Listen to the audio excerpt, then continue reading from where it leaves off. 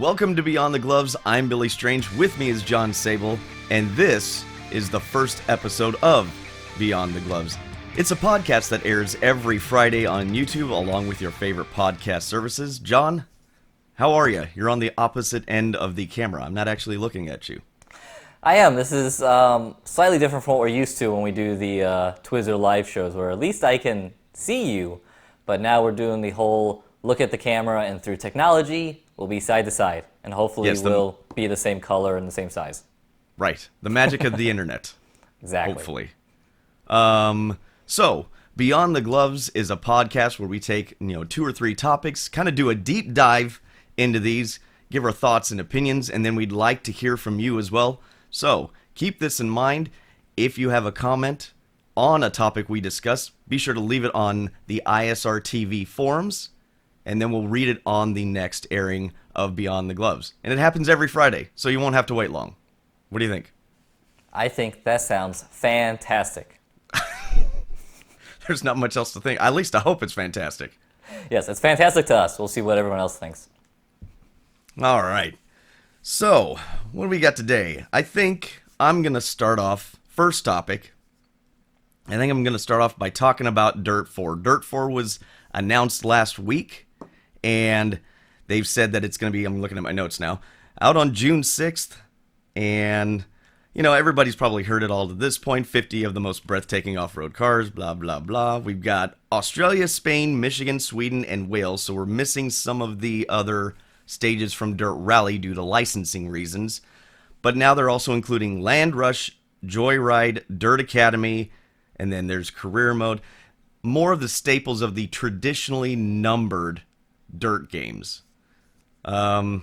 So before I'm going to put a pin in that for a moment and kind of give a little history of a what? How old was I when this started? I started playing the Colin McRae series, I think when I was like 18 or 19 on the original PlayStation. And then that kind of evolved into 2.0, 3, 04, and then 2005. And then beyond from that, we went into, and I'm actually using, for those that are listening, I don't even know if John can see this, but I'm using the first Xbox 360 Dirt title. Hey, I didn't know we were allowed props. Well, I am using visual aids, because I need something to make me look better. Then Dirt 2, another 360, also available on the PS3. Dirt 3, and then we kind of went off into the spin-off section with Dirt Showdown. Hopefully these are in frame. And then finally we have Dirt Rally on the PS4 and Xbox One and PC. Most of those games were also available on PC. I think I've only got Dirt 2, though, on the PC. So, I remember playing these. I thought I actually started with 2.0. I thought 2.0 was great, and then from then on, I was hooked on the Colin McRae series. I really liked 1 and 2 for Dirt. Dirt 3 was okay. Not a big fan of Showdown. It was more of a fun kind of party game, and really enjoyed Dirt Rally. So I'm going to kick it back to you, John. Do you have any experiences with the Dirt or Colin McRae series besides the last one, Dirt Rally? No, which is kind of makes this kind of interesting to then go ahead and talk about this, because I had not done any rally driving until Dirt Rally, which I feel like I need to go out back and get some lashings or something anytime I bring that up. Because everyone's like, "How can't you not try these?" Right. And all these in the classics and stuff like that. And it's just, I've always been a pavement guy. I haven't really paid much attention to rally racing. I respect it. I don't have anything against it. It's just that I've always been on the short stuff, as I like to say. So, yeah, Dirt Rally was my first experience, and really my rally experience is to titles over the last couple years. So Dirt Rally, Sebastian Loeb Rally Evo, and then a little bit of dabbling of the WRC series with WRC 5 and 6. So I approach this from kind of a whole different side, where I don't have all these years of going through all different iterations like you do. Okay. And so on that, what's your tendencies? Do you like the Dirt series more? Did you like Dirt Rally more? the SLRE, or did you WRC? Where do you stand when it comes to which sim you choose, and maybe like a particular like era of car? Sure. If I'm defaulting, if I have a default rally sim right now, it's Dirt Rally. I mean, for multiple reasons, but I think overall it's the most complete title of the modern ones out there in terms of just fit and finish and having proper support on the PC and VR and just kind of all that good stuff. I feel like Dirt Rally is kind of the go-to. In terms of cars, I will say, even though Rallycross isn't exactly rally, I do like jumping into the Rallycross and Sure. the modern Rallycross cars. And then I still kind of like the modern cars. I don't do as much of the old school stuff, mostly because it's a lot more of a challenge when you got to start doing clutch kicks and stuff like that. Like that's Right. a whole nother level, and I still need a little more practice when it comes to that. But yeah, a lot of the modern stuff on Dirt Rally. Sebastian Loeb Rally has some really good stuff going for it, and some really nice points, but it was a complete port on the PC. The PlayStation 4 version was the version that actually did mostly enjoy.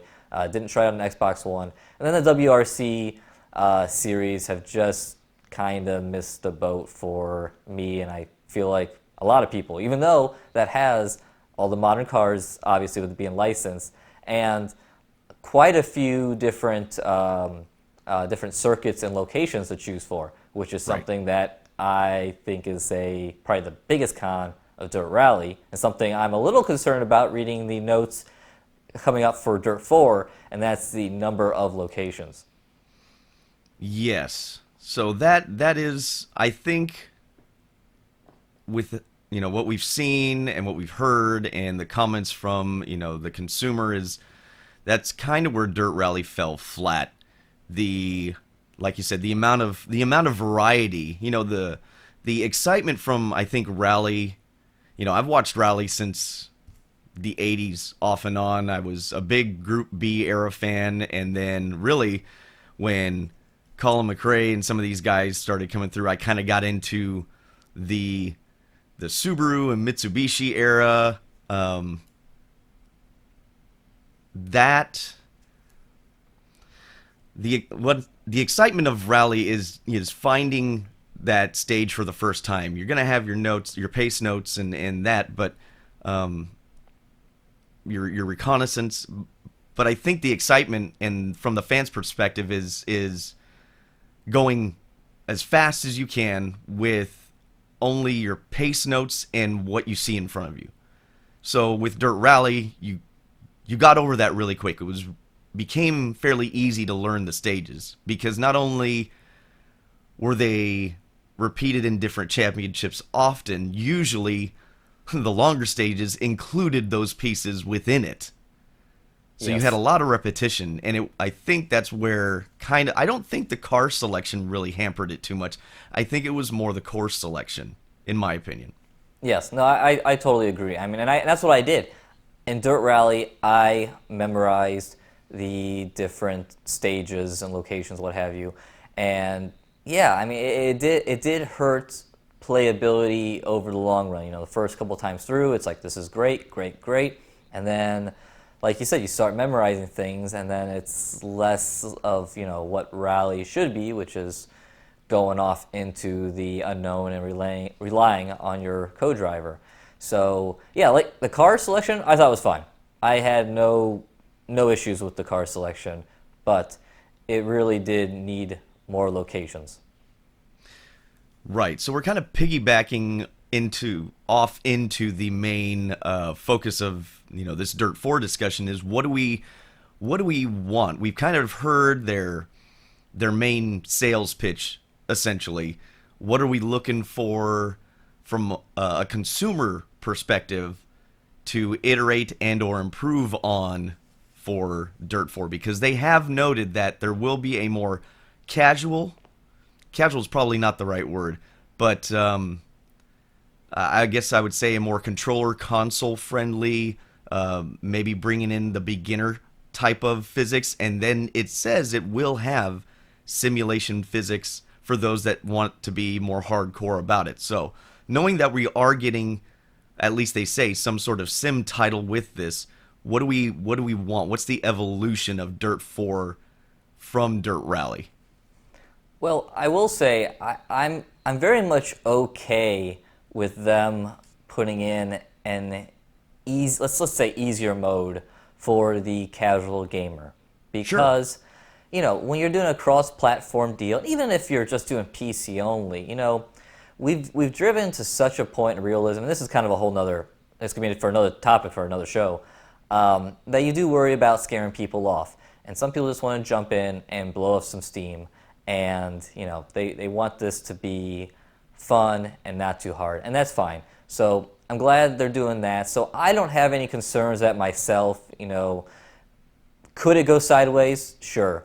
But gonna, for now, take them at the word. They're saying that the more simulation side of the game is going to be along the lines of Dirt Rally. Okay, great. We can get to this in a minute, because there's some physics things that I'd like to see improved from Dirt Rally. But, the number one thing that I want to see in Dirt 4 is more variety with locations and stages. And they're kind of, I don't know, I'm concerned, because I have my notes here on my trusty tablet. There's only 5 locations in the game at announcement for Rally, and then there are 5 Rally Cross circuits. And then it sounds like they're doing this thing called Your Stage that, to me, kind of seems like they're trying to fill in the gaps. Is that kind of what you're feeling too, Billy? Yeah, there's also the land rush circuits that you're going to have, like, I believe in the trailer it had, I want to say it's Glen Helen, and I apologize if that's not it, but it's one of the Southern California tracks that they run, the short course trucks, and then the buggies will be in there as well.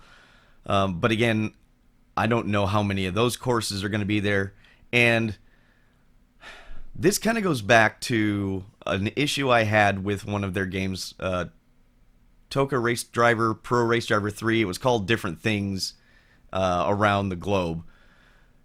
But what that one did that I thought did not do well was it tried to be a jack of all trades and a master of none, where I thought Pro Race Driver 2 was a little more focused, and I really enjoyed that. So I kind of am getting the same vibe, and it calls back to a little more Dirt 3 than I would like. So it'd be interesting to see where the focus is. I think the idea of having these courses that can be generated can breathe new life into it. But my fear, like we were discussing, on the live show, is how does that translate? Are we going to get like these pieces that just get put in different places so that I know that piece, you're just putting it in a different spot. So once I hit that piece, I know where I'm at. So that's my only concern, and I don't know how you get around that. I'm not downplaying what they're doing or the achievement that this could be. It's just, I need to see how it gets implemented. If it can bring a new experience every time I sit in the car, fantastic. Even if we have only 5 locations, there's probably ways around that. If you look at like a Forza Horizon, like the latest one, they've got a variety of different conditions, and you're still kind of in one location, even though there's obviously different parts of the continent. They're kind of skewing it so that you feel like you're in different locations. Yes, so that's, I think, what I'm kind of looking for. Like, if you go back to some of the other rally titles, especially the older ones, they were in the same location, like, let's say, Australia, and I don't remember if this was a McRae game or a different one, but some of the Australia stages were really different from the other ones. Some were, like, in the woods, some were out, like, by farmhouses. That makes it feel different. So if we get something like that where the course generator goes, okay, we're going to be on this part of the map in this area now, and we're going to wind through here, and then the next time, okay, now in this part of Australia, we're going to be, kind of out, still on the gravel, but we're going to be over here where it doesn't look the same. The dirt looks the same, so you're in the same kind of area, but the location feels different. That, I think, would be okay. Yeah, no, I agree. And, I think I wouldn't be as concerned about, this what's it called here? The your stage thing. Your stage, yes. Because if they would have come out instead of 5 different locations, they would have come out with 10 or preferably more like 15. I did some research, and WRC6 has all the locations of where the real life WRC goes, and that's 14 locations. 14 unique locations, different countries around the world. Sure. Is a hell of a lot more than 5. So if this was 10 or 12 or 15 would have been fantastic, and then it had your stage where you can go and customize something, I'd be less nervous because it's like, okay, well, there's already a solid base. This is just kind of the cherry on top. But with only 5 locations now, I'm sure there'll be more locations at post launch, like there was in Dirt Rally. If I had to guess, I would say probably 2 to 3. Maybe some DLC. Who knows? But I'm just, with only 5 locations, I feel like they're putting a lot of pressure on this Euro stage to be good, and it could be good. And the nice thing about Dirt Rally, unlike I feel like some other titles that have tried to do this, is that it has a large member base. So if this whole developing your own stage works really well, easy to do, you can get a lot of people doing that. You can get a whole lot of different combinations, hopefully. And then that really fills it out and makes it a much better title that you will want to go and race on and on and on. But right. If this isn't the case, then again, you're left with 5 locations, maybe a couple more DLC later. And also, how does this Your Stages implement into something that I know you're a big fan of, and that's career mode? I'd be surprised and impressed if they're able to take custom stages and put that into career mode to give you some more unique stages as you go through and develop. So right, that will be interesting to see how that plans out. If they've got pre-planned stages already for career mode, and they may have answered this already. I'm not sure. I don't see it, but it could have been answered somewhere else. How does that work? Because it's a really out of date reference, but I mentioned Top Gear Rally 2 on the Nintendo 64. That's the career mode, where these randomly generated stages, but the problem is they ended up looking the same. And so I don't know how they're going to implement something like that. They could. I mean, it's not that they can't. I think you get the same kind of idea from these roguelike titles that, these random generated titles, they have same elements and they just put them in different spots, and that is the only thing I'm worried about. Are we having pre-planned stages where there's an actual course that they're crafting an experience when you put a course together? So if they have that during the career mode, that's okay. Maybe later on you start getting into the more randomly generated stuff. I don't know. I don't know how this works. I hope I don't go into repeat with the same sections too often. Every once in a while, not a big deal. I don't. The licensing thing I think is part of the thing that's kind of squishing the project a little, in my opinion. Yeah. They can't obviously get all those, stages because there's licensing agreements for the WRC franchise. So, maybe it would have been possible to pick some other different locations that are out of the norm. Probably takes a lot of time and effort to put these together, and the fact that they got areas taken away from them that they probably weren't ready for that to happen.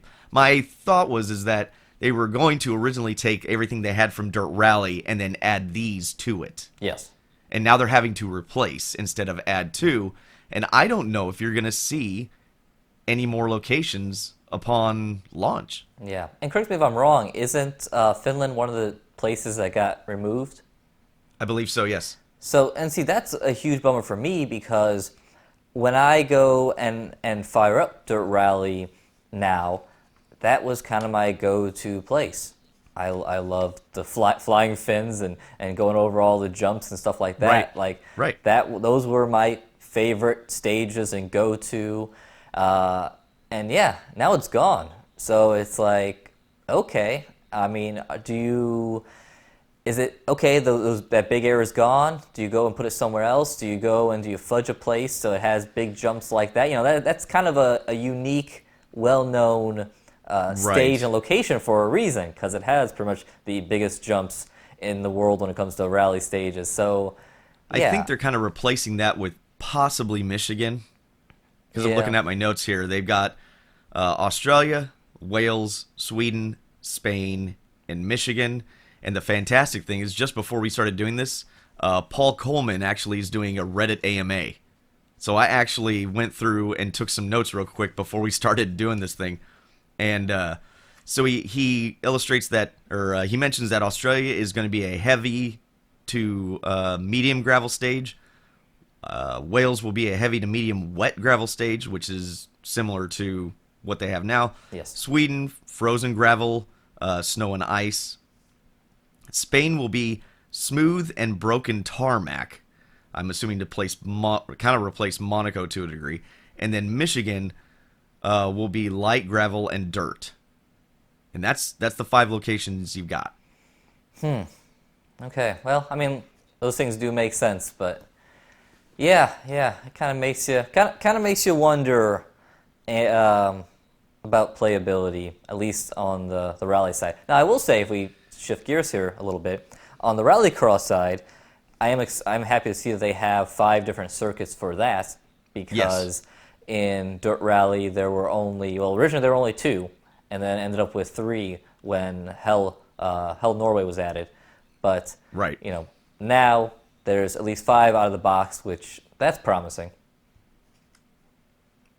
I agree. I think the difference in this between this and Dirt Rally is there's going to be more variety.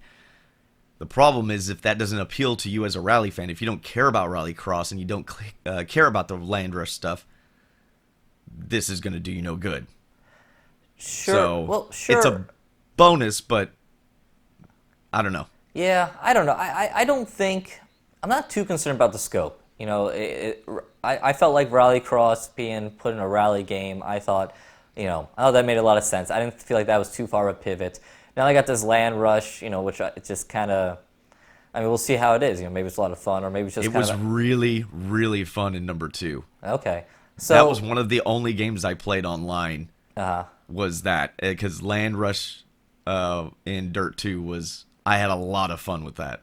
Yeah. So I don't know. I don't feel like it's too bad on the scope of things. I worry more, because this is all, these 3 different categories, it's all in a rally off-roading, let's say, spirit. I worry. Well, it goes back to the name, Dirt. Yeah, exactly. I worry more about something like, we just saw a Project Cars 2 trailer that showed asphalt and ice and dirt. It's literally trying to go and expand and do everything. So, that's a little more of a scope expansion that I go, okay, let's. Yeah, I can see where you're coming from on that one. Yeah.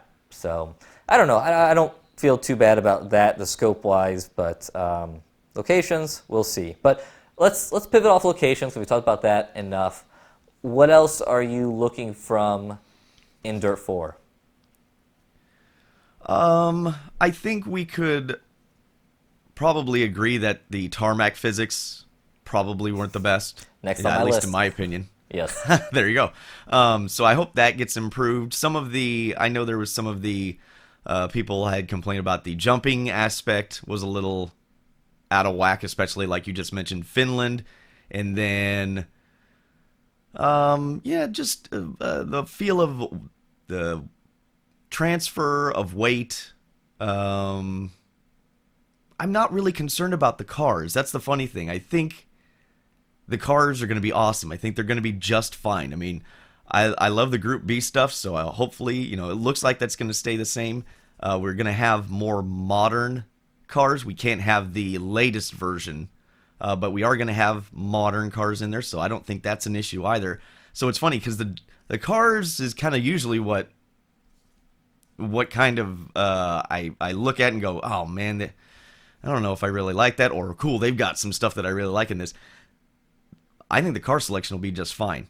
I'd like to see that handling model improve. Yeah, no, I agree. My thing when it comes to physics is the asphalt driving definitely needs to get better. I mean, that was a weak point. The development team knew it was a weak point in Dirt Rally, so hopefully that's been continued to be worked on. And then the other thing that I like to see is, even though I feel like overall Dirt Rally a very solid title, probably the most solid, like I said, of all the modern rally titles, something that Sebastian Loeb Rally did do better was transitions from different surfaces. Like when you went from tarmac to gravel or dirt or what have you, like you could really tell a difference in the cars. So even more so than Dirt Rally. So I like to see... So you're talking, for clarification, you're talking about going from one stage location to another, not necessarily the change within the stage, because they didn't really do a whole lot of that. Well, right? no, I'm talking just the change within the stage. I mean, the most... In Sebastian Loeb, where you noticed it the most was in Rallycross. Like they had the LA Rallycross circuit, where you go from tarmac to dirt, and you could really feel a difference. You know, the cars handled a lot different. And then you do that in Dirt Rally, and there was some difference. Like it wasn't bad, but it wasn't as noticeable. So I would like to see that feeling come out a little more, and maybe that's just improving, you know, the tarmac physics. You know, once you improve that, then when you go to dirt, you'll instantly notice that difference. I'm not sure, but that was something that stood out to me. Yeah, fair enough. Fair enough. So we've kind of gone on with that, and I wanted to get some of these AMA answers from Reddit in here. So once again, Paul Coleman, chief game designer for Dirt 4. He says you can choose your... It's funny because this was like one of the top ones. Choose your race number when you own your own team. Like you get to choose a sponsor. That's what he makes it sound like. You get to choose your own sponsor, kind of have your own team, and a race number. And as small as something like that, I know I actually prefer when I get to do that. Yeah.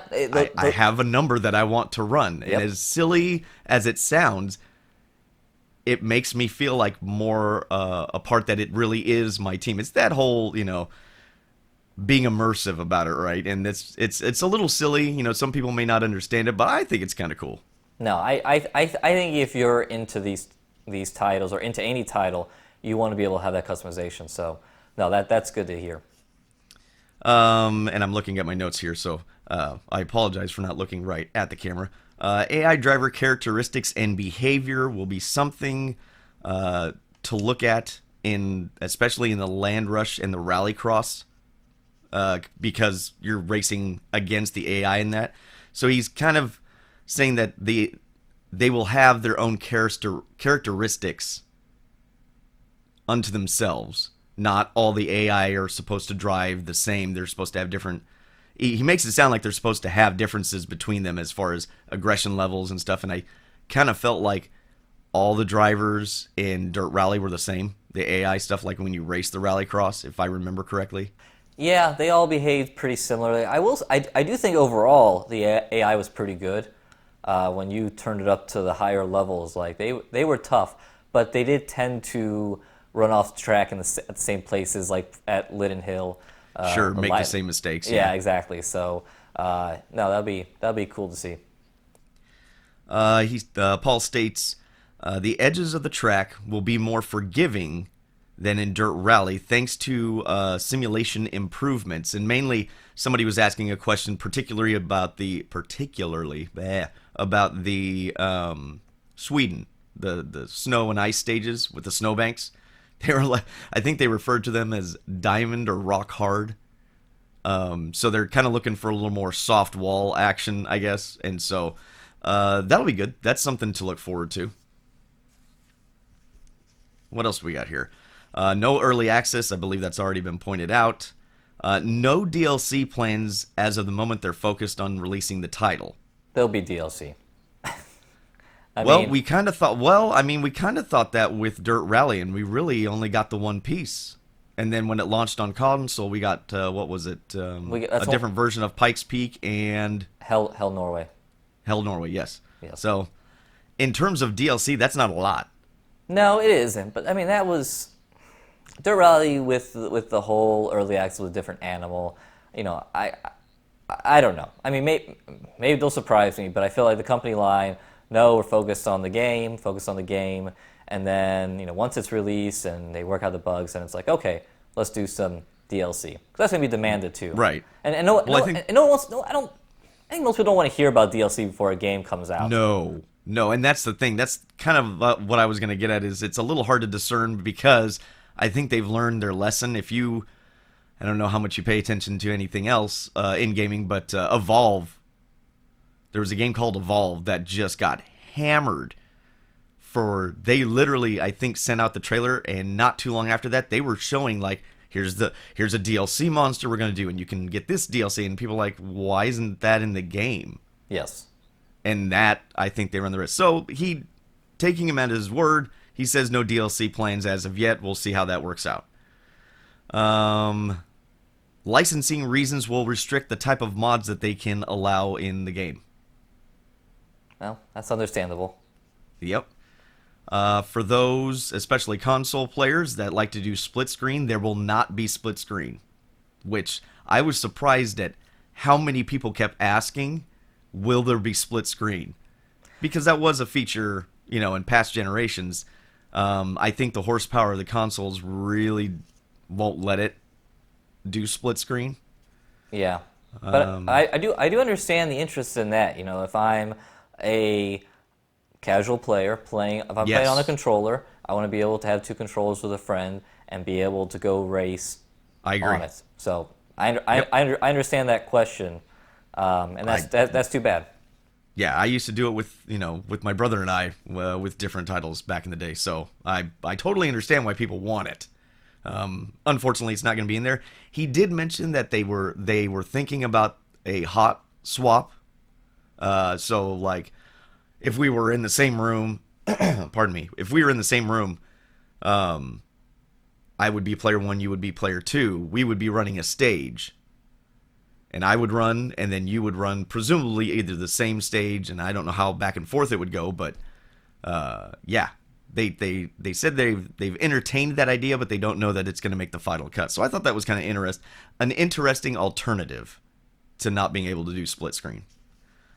No decision yet on VR for Dirt 4. He flat out said that is not on the table right now. We will look at it, and if it makes financial sense, essentially, then we will implement it.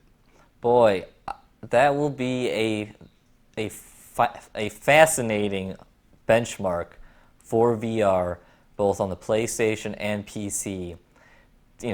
Depending which way they go, because as we've discussed on the live show, VR implementation usage in the racing genre definitely seems much higher than the rest of general gaming, but if it's not high enough to justify them developing it for both the PC and PlayStation, or maybe just the PC, then that speaks volumes. So that will be interesting. Right, and the specific question was about the Vive. And this is just a blanket statement. He kind of goes later on in some other questions. He kind of hints at PSVR, and what makes sense to implement where, but he kept reiterating that VR is not on the table as of this moment in time. If it makes financial sense, then they will implement VR, which, like you just said, is kind of telling where VR stands in a more commercial aspect. I think on the PC, for some of these smaller titles, it might be a little different. We'll have to see. We'll have to see. I think you're right. I think it will. if some of these other racing titles aren't implementing VR on the consoles, especially, I think you're going to see a large shift away from putting development monies into that. Yes, no, that is fascinating. Track generator is only for actual rally stages, so you can't do track generator for rallycross or for land rush, which I didn't really think about it. I hadn't really anticipated it being in for the rallycross or land rush, but makes sense. I can understand that. Yep. Again, we went over the no new generation WRC cars. Damage model is drastically improved from Dirt Rally, and I know that was another sticking point for people. Kind of the same damage happened all the time, so he said the variety of things that can happen will be greater. The types of damage will be different physically on the car, and then hitting too hard will affect different parts of the car in a different way than Dirt Rally. So hopefully that works out, because I know a lot of people were talking about that in the this last Dirt Rally release. What else we got here? Dirt 4 cars will feature better weight transfer feel. I kind of hinted on that earlier. How this works, we won't be able to tell until we get it into our hands, but in theory it sounds good. Yes. Let's see. And we already covered, he flat said Dirt Rally tracks are not transferring over, period. So Germany, Finland, what's the other one? Off the top of my head, I can't think of it. I think there's 3. Those are not coming over at all. Also, Pikes Peak is a Polyphony exclusive, so they will not get Pikes Peak, which is a bummer, because I really like... That's kind of like my Nordschleife. I love trying to master a fast, clean run going up Pikes Peak, especially the older version on the dirt. The newer version on tarmac, still challenging, but I like the older dirt version. So what do you think about exclusives, real quick, before I finish this off? I mean, it's not good, especially exclusives with tracks. I understand. It's a fine line, right? As a business decision, it makes sense. Sure, it does, and it makes sense from the point of the game developer, and I think it makes sense with different, even sometimes with different leagues and stuff like that when it comes to cars. Like I get it to some degree, but with us just coming out of finally where now Porsche is available on right, all the racing games now that the EA license is over, and for years had it with like the NASCAR series where that EA had an exclusive on that, and that was a major pain point. Right. To go, you kind of thought like, okay, this is over. It kind of felt like a thing that happened, late 90s, early 2000s. All these licenses got signed. And it was kind of like, okay, we're past this. Everyone's realizing that it's better to be in everything and blah, blah, blah. And then to hear this announced that it's going to be an exclusive in, Gran Turismo, which, point to point in Gran Turismo, I mean, it's a blip on the radar. It's right. It's not a point-to-point racing game. So it kind of sucks because you want something like Pikes Peak in an actual point-to-point racing game. Yes. I think the only thing I can think of is because now Pikes Peak is totally, fully paid from bottom to top, that Polyphony thought they could tackle it better, because GT is not known for its rally. Yes. I remember playing I know this is an older title, but I remember playing GT2, and like you're trying to go around like Tahiti Maze or something with the Escudo, and the thing would just like launch in the air, and it felt like it floated. It never felt like it really dug in, and it got a little better as it went on, but I still don't think it was anything fantastic or anything to note. So I can only think of the reason why they decided to do this was, again, they thought that it's probably, what's his name, Kaz. He probably really likes the circuit, Pikes Peak, so he just kind of went, it's asphalt. We can probably implement this a little better. How many people are going to buy GT because it has Pikes Peak in it? No one. And that's what I don't understand. You're signing an exclusive deal. That's the whole point as a business person to go, I want this so nobody else can get it. In my business, the business that I own, the slot car stuff, Ferrari has an exclusive deal with Carrera Toys. Nobody else can produce a Ferrari. That makes sense. Ferrari is such a big brand that if you want a Ferrari, you've got to buy a Carrera car, a Carrera-made car. That's it. This doesn't make sense, though, because I don't know that people associate Pikes Peak with GT. No. It's confusing. And I think we've seen this with, I want to say, like, the NFL titles and basketball titles where a monopoly starts to happen. You even mentioned the NASCAR license. I don't think there's as much push to innovate and move the technology in a different direction, forwards or backwards, at least try something. So gosh, exclusive deals. Porsche had to know that the benefit was no longer there. Yeah, I think that's why they got out of it. I mean, they're businesses. They're here to make money. Porsche made, a good amount of money off the EA deal, and when a number of years, maybe there was more money up front than towards the back end of the deal, blah blah blah. But by the time that deal was coming up, they clearly took temperature of the gaming community and saw people were pining for this, and every single developer was ready to throw licensing money at them to get this, and they went, okay, from us making money perspective, we can still make good money with this, and then from us, from a brand and brand awareness, which is so that is the key, is critical. The brand awareness part of it is I think the bigger key, not just the, like you were saying, not just the small amount of monies that they're going to get from the developers. Yes. So yeah, brand awareness wise, it made the most sense for them, and get that badge and get that product out there and try to court their next generation of customers, or current customers, because sim racing skews a little bit older than most traditional gaming. So yeah, it sucks. It sucks losing Pikes Peak. I'm bummed. I liked Pikes Peak in Dirt Rally. I mean, it's still in Dirt Rally. I can still play it, but I was kind of looking forward to that advancement if they said that they're having, and then it's kind of like, but I won't get to play Pikes Peak. Well, that's a bummer. I kind of wanted to see what the new updates would be like. So, oh well.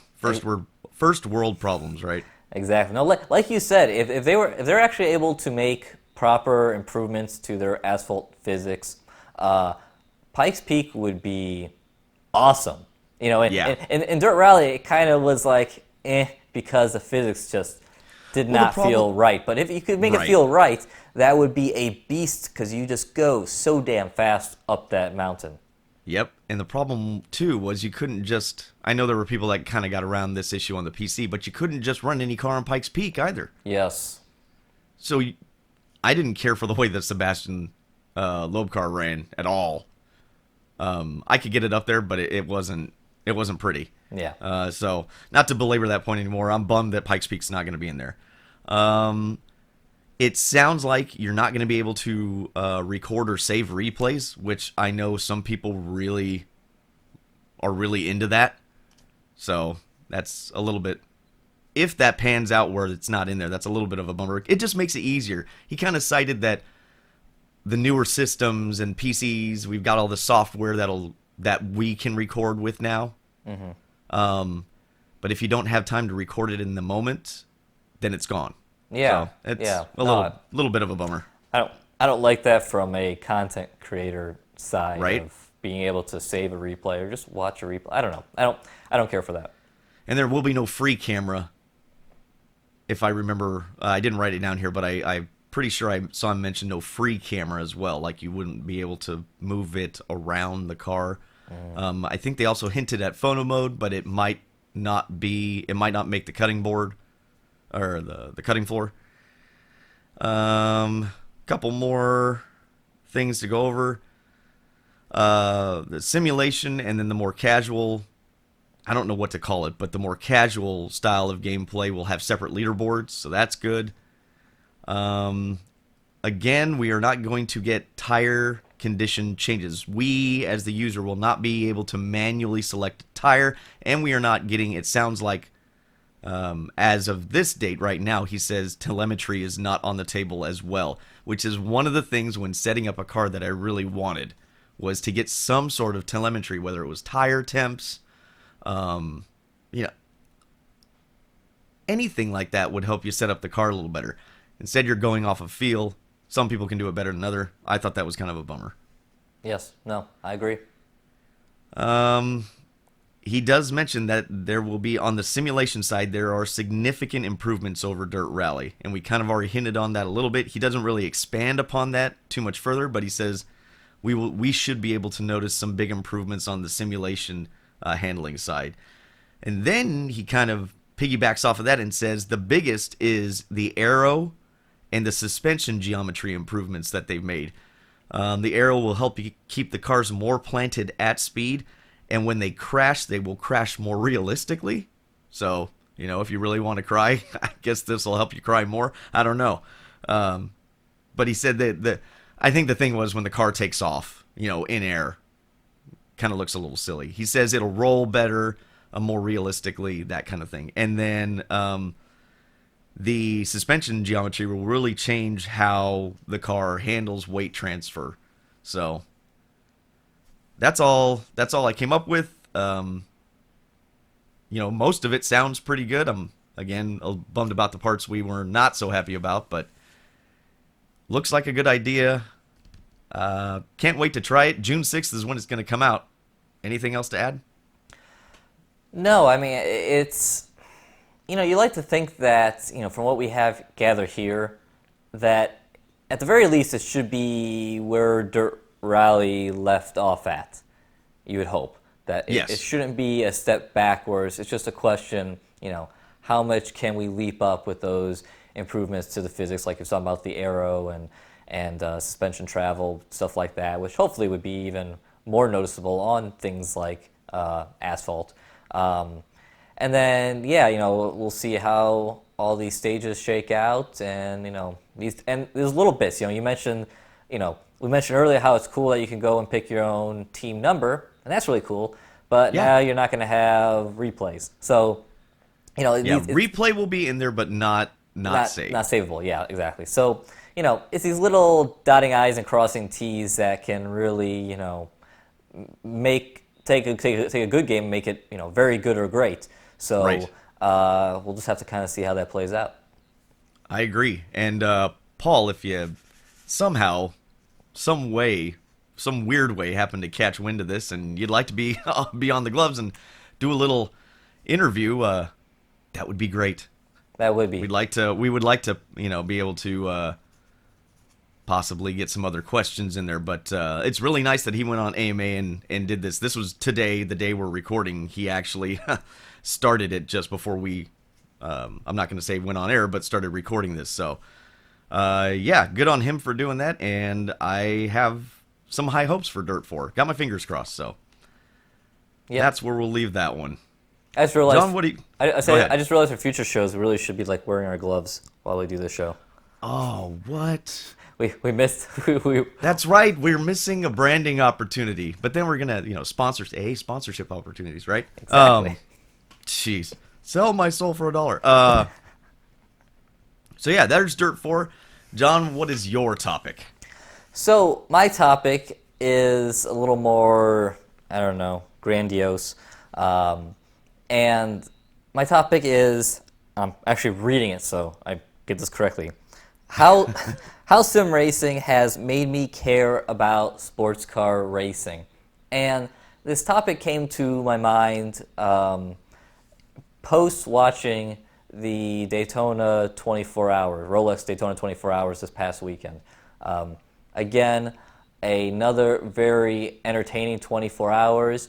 Probably the, third or fourth year in a row where I tried my best to watch all of it. In the past, it's kind of it's on, pop a little bit here, there, and also, especially here in the U.S., the TV coverage has always been, not the greatest. It was okay when it was on Speed Channel, and now things are pretty desperate with the whole Fox Sports package. But Right. thankfully, there's online, legally and sometimes illegally, that allows you to keep up with the race. So I watched as much as I could. And the thought is, when I got into racing when I was 7 years old, 1995, bump day at the Indy 500. That is kind of ingrained in my mind. Sitting in Nice. sitting in turn 4, Nice. watching the coolest cars on Earth in '95, those Indy cars, before the split and everything. Right, Go around the speedway when bump day was a thing.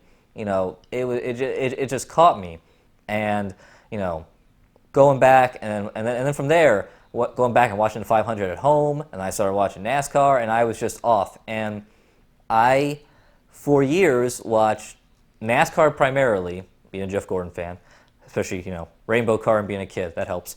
And then it was Perfect. It was eye catching, Right. And he was the young guy beating all these old guys, so Yep. that was cool. I related to that. And then IndyCar, I still kept up with, and say I watched everything religiously, but for the most part saw everything, and that was kind of it. Then I feel like I started getting into more, even prior to sim racing, let's say Gran Turismo 4. Up until Gran Turismo 4, I'd only played the NASCAR, EA Sports titles, got it in GT4, and then you start driving these other cars. And then, I think this was like 2005, and then that kind of makes you start thinking, well, what else is out there in the world? Because I didn't really know what was going on at Le Mans or GT racing or any of that. Sure. And then, I eventually got on GTR2. And of course, that opens a whole new thing of all the GT cars. And then, fast forward, and eventually 2008, you got on iRacing. And before long, I found myself weekly running not in stock cars, NASCAR cars, like I signed up for iRacing to do because I watched races on Sunday and I want to go and drive the same track as those guys. Right, but right. I find myself going to, Lime Rock or Laguna Seca and driving a Pro Mazda, or eventually when the GT cars started coming out, driving GT3 cars going there in iRacing. And then you start watching it more in real life. So I think sim racing, even though I came into sim racing because of real world racing, it was me wanting to be like the real drivers. Sure. Sim racing has opened me up to other types of racing and lower series, and has me watching everything now, essentially, where in the past I wouldn't care. So I thought that was interesting, and I wonder how much that occurs to other people. And I mean, Billy, how much have you seen any of that yourself as you go and go deeper and deeper down the sim racing rabbit hole? Yeah, I'm kind of I might be a little bit of an anomaly just because, I mean, racing has been in my family, it goes back to when my grandfather was really young. I mean, he raced motorcycles and boats and did drag racing and raced hardtops here, in America. These are like, old 40 Ford sedans and stuff around dirt oval tracks. And then he got my dad into racing when he was really, really young, like, 4 or 5 or whatever it was in quarter midgets. And then my dad raced flat track and a little bit of motocross, and he went, did modifieds and sprint cars. And, then when I was really little, like, I want to say 3-4 years old, he was kind of on the end of racing motocross again. He had tried to get back into it, but he was still racing sprint cars and what we call modifieds. They're really limited sprint cars. They changed the motor size. I remember being in the stands, like the smell of the methanol coming from the sprint cars and the sounds. Like when my dad drove, it was a 320-inch carbureted, not fuel injected V8, and there's a different engine note with a carbureted engine versus a fuel injected, like a mechanically fuel injected engine. And that is like ingrained in my brain. Like I loved sitting there watching my dad race, sitting in the stands at Placerville Speedway. It helped that he won a lot, so we got to go on, won trophy dashes and main events, and we got to sit on the front straightaway with the, take the pictures, but that's a whole other story. In that, we were constantly, if we weren't going to the races, whenever like Wide World of Sports or something like that was on, we were watching it. I mean, from a really young age, I loved motorsports. I loved motocross. I loved sports car racing, more like the GTP Group C cars. I didn't really get into like the GT style cars of that era. I liked the Trans Am series, which had like the 5.0 Mustangs in it and stuff. I didn't really care about the actual GT style of cars. So to your point, I didn't get into that until I played really the original Gran Turismo. Gotcha. Because in there, they had this thing called a Skyline. And I'm like, what is this? I don't know what a Skyline is. I've never heard of a Skyline before. And then all of a sudden, I started going down the rabbit hole. And that, you could upgrade the cars. And this thing's got what? It was like, I think that game had the R32 in it. And it had, you could upgrade the thing to like 700 or 800 horsepower. What the hell? How can you do this? And then there were race variants of those cars in the game. And I was like, these are awesome looking. This is really, really cool. What? I have no idea what this is, though. Yeah. So I started doing a little research, found that, these cars belong to, I think at that time it was just called the JGTC. And I think they had the 500 and the 300 series. Now I think it's called Super GT or whatever it is. So I started following that, which, then GT2 came out with even more cars, and I started learning about, there was a Venturi in there. I didn't know what a LM400 was. Never heard of it. What is that? I don't know if that one had a Marcos in it, but it had the Lister Storm. Didn't know about that car. So in that regard, in that area where I was not familiar with these cars, it expanded my knowledge and appreciation for sports car racing on the GT level. I knew the GT1 cars and the Toyota GT1, the CLR, whatever Mercedes was. I always get it wrong. The R390, the 911 Porsche. I knew what those were because those were kind of like an evolutionary step from the Group C cars. But I didn't really follow this GT like you mentioned, GTR. I didn't, and I didn't have a PC then. So this is how I got it.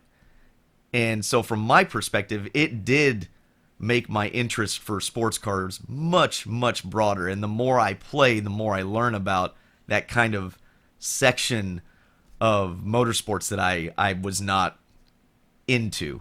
And it makes me a fan. I watch the V8 supercars now. Yes. I watch all kinds of stuff now. And that is directly because of DTM. I watched DTM because I think it was GT2 that had the Calibra in it. And I was like, this looks really neat. What is this? And then I kind of went backwards and found I think that one also had the Alpha 155 in it. And I just thought that car was sick looking. I was like, oh my God, this is so four-wheel drive. Are you kidding? And so I went back and researched, and those are from the 92 DTM era. And then I went forward, and that's where I started watching DTM from, was because of that. So I think you're right. I think there is a bigger case for understanding at least motorsports, at least back then. Nowadays, I don't know how this translates, but back then, at least for me, it definitely broadened my scope.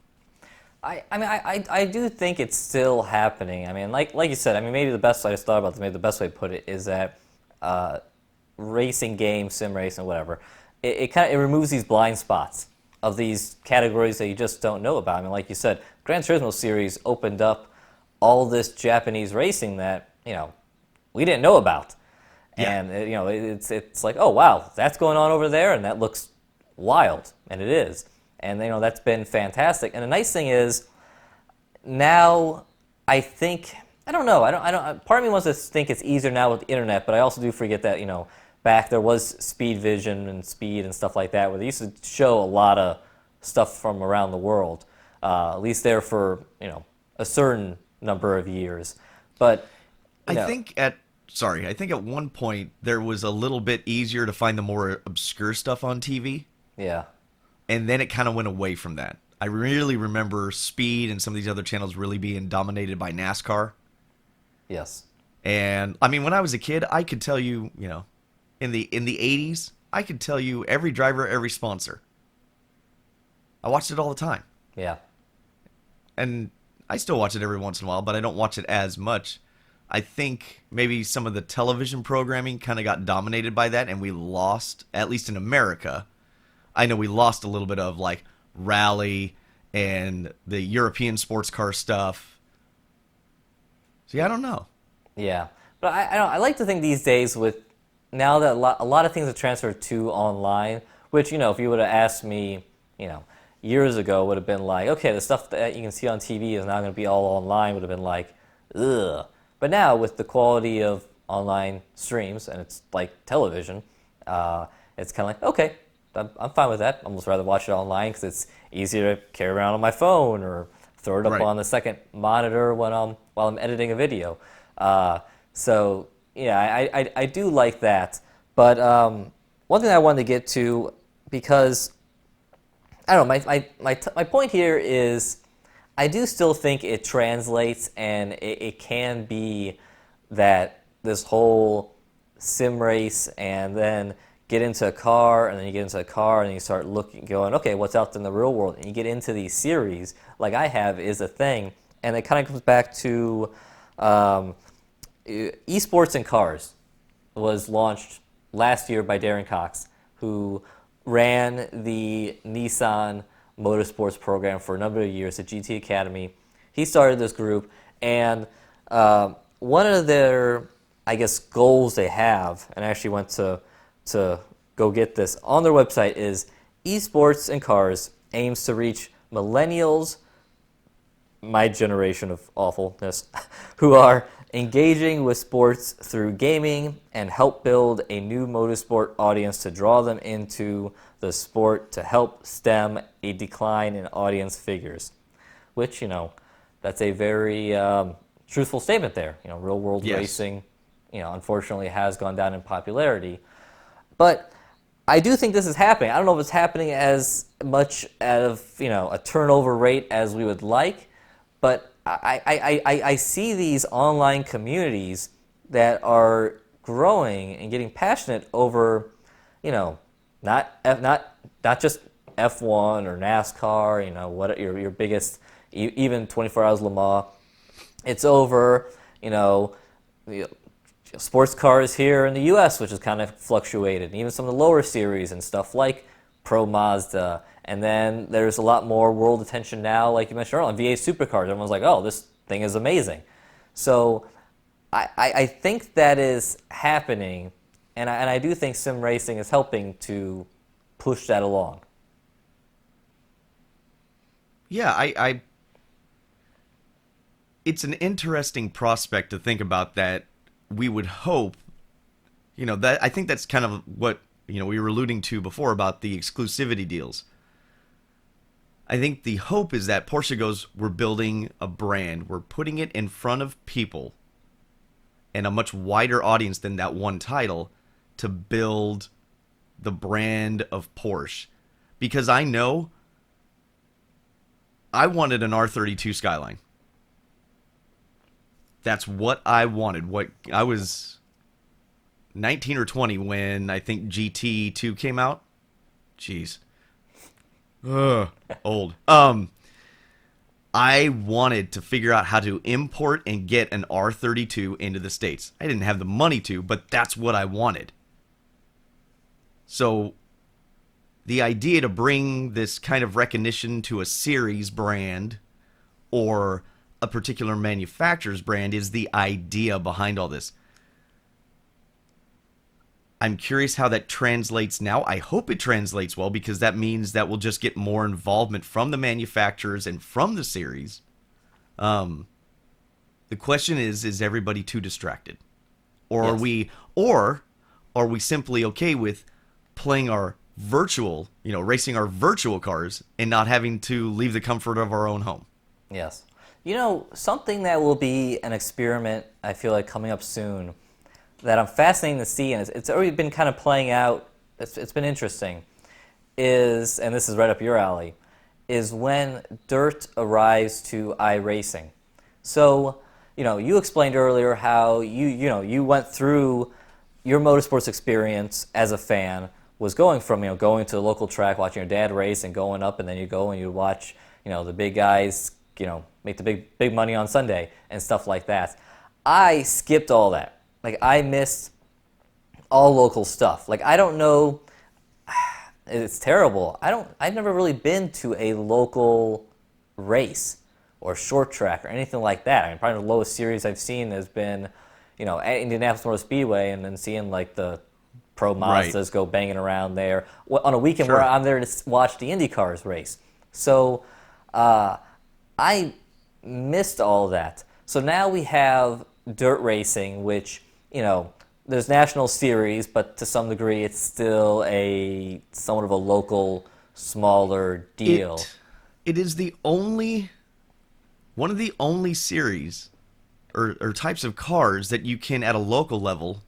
I mean, it's real. I can't race them anymore because I ran out of money. But at a local level, you can go buy a 410 sprint car, the Formula One machine of dirt. Has unbelievable acceleration and one gear in it. And you can go to your local dirt track and go race. Yes. No license required, nothing. That's a good thing, and it's a bad thing. Yes. Sounds like I've seen it. I've seen it both ways. I've seen people step into a car, relatively new and be just fine. I've seen people just uncontrollable wreck. But that's kind of what makes the grassroots part of this a bigger collective than a lot of people understand. There are hundreds, if not, I'm going to leave it at hundreds because I don't want to overstate it, but of dirt tracks across America.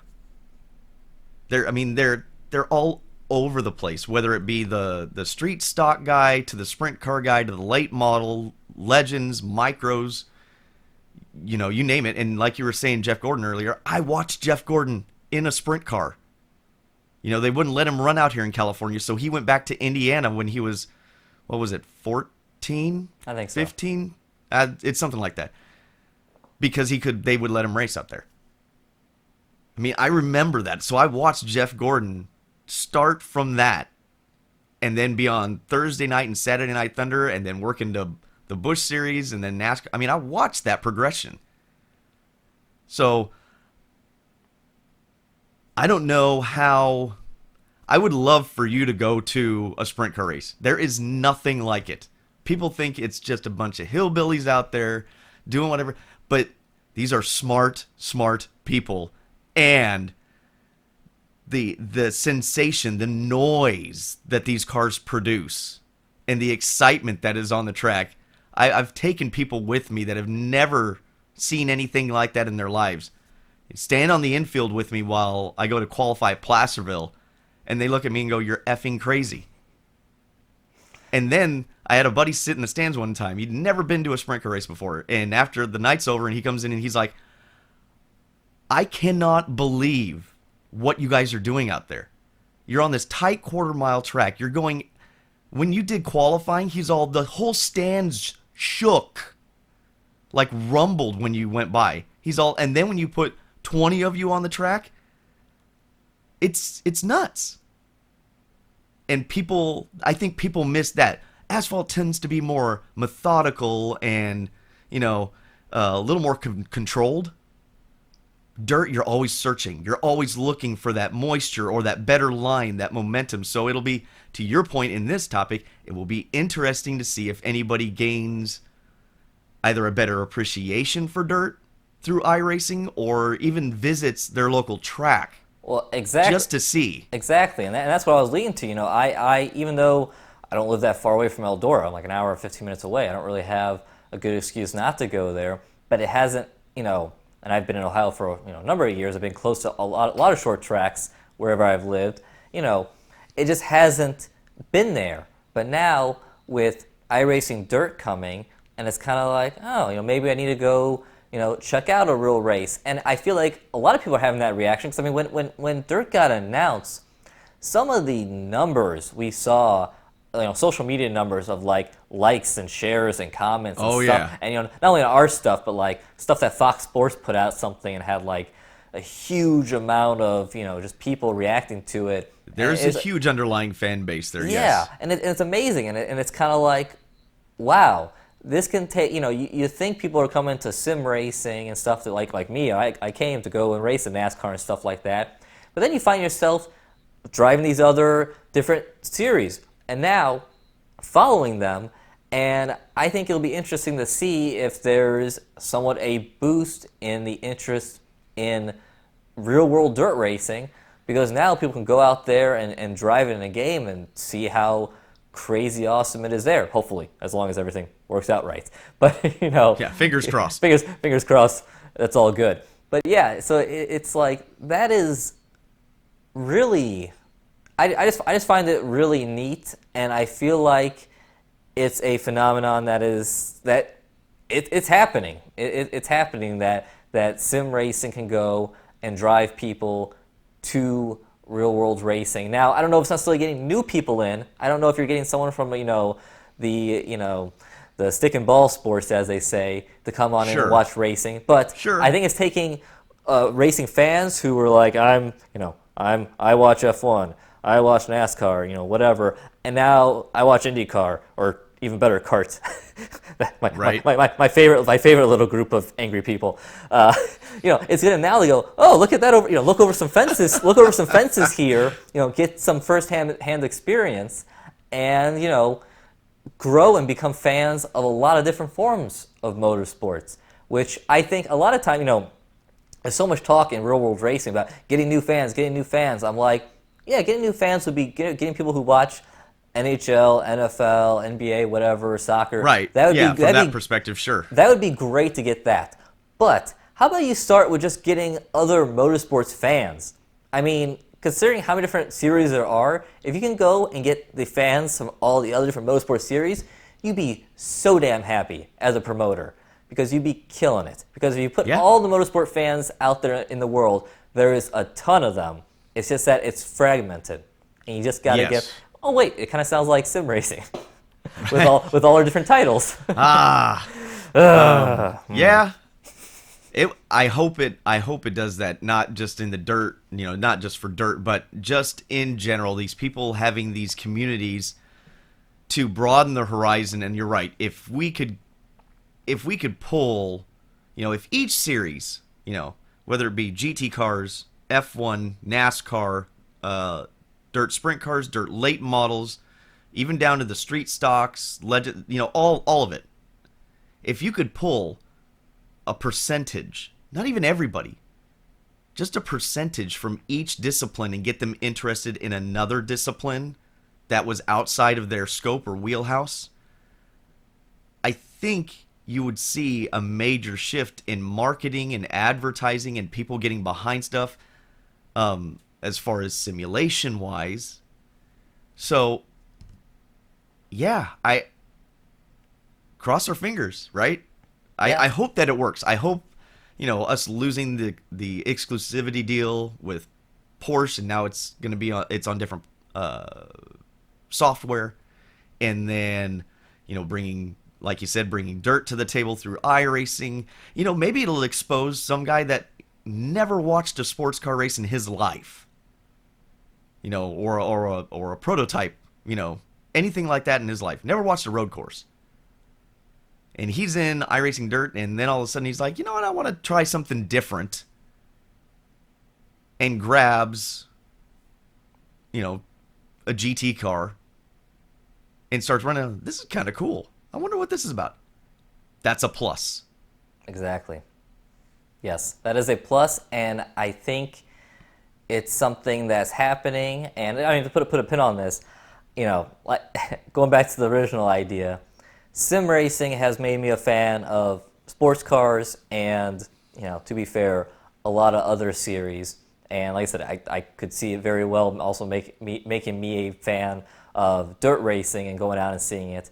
And I feel like that's happening, and I just think it's really cool to see. And I think, from a sim racer perspective, you should be open to go and check out these other series in whatever sim racing title, or check out a different sim racing title, check out a different series, and Yes. and then see if you like it. And if you like it, go check out the real world racing. And then also from, as you were mentioning with Porsche, from a branding exercise, this is why you companies should be in sim racing.